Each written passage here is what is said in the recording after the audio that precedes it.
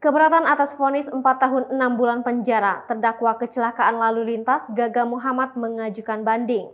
Ada dua hal yang membuat Gaga Muhammad merasa keberatan sehingga memutuskan untuk mengajukan banding.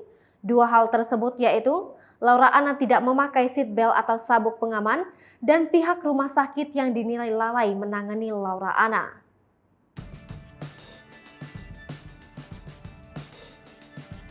Fahmi Bahmid mengatakan keberatan dikarenakan beban dan tanggung jawab harus dipikul oleh Gaga Muhammad. Dan selain itu, banyak persoalan lain termasuk tentang Laura Anna tidak memakai seat belt dan ada kelalaian rumah sakit. Sementara Fahmi menilai bahwa vonis yang diberikan majelis hakim tidak sesuai atas perbuatan Gaga Muhammad. Selain itu, pengajuan banding Gaga Muhammad yang dilakukan pada 24 Januari 2022 itu pun berdasarkan permintaan keluarga. Fahmi menjelaskan bahwa itu merupakan putusan keluarga. Gaga kan masih anak-anak dan orang tuanya bilang kalau mencari keadilan harus dengan cara banding. Polemik Gaga Muhammad dan Laura Anna mulanya berawal dari kecelakaan lalu lintas pada 8 Desember 2019 lalu.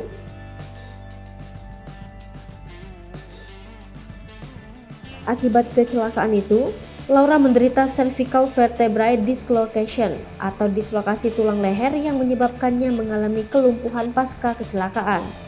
Sementara Gaga sebagai pengemudi hanya mengalami cedera ringan di beberapa bagian tubuh termasuk pelipisnya.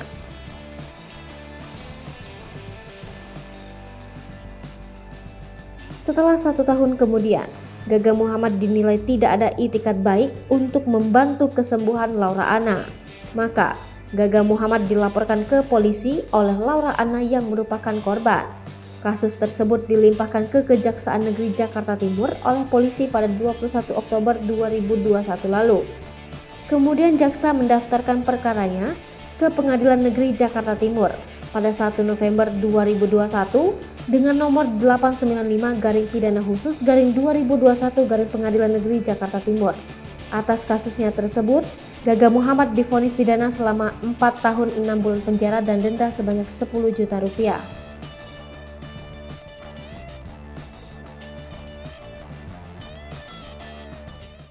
Hai pemirsa Sri Popo TV, jangan lupa komen, like, dan subscribe, serta tonton terus berita-berita terupdate lainnya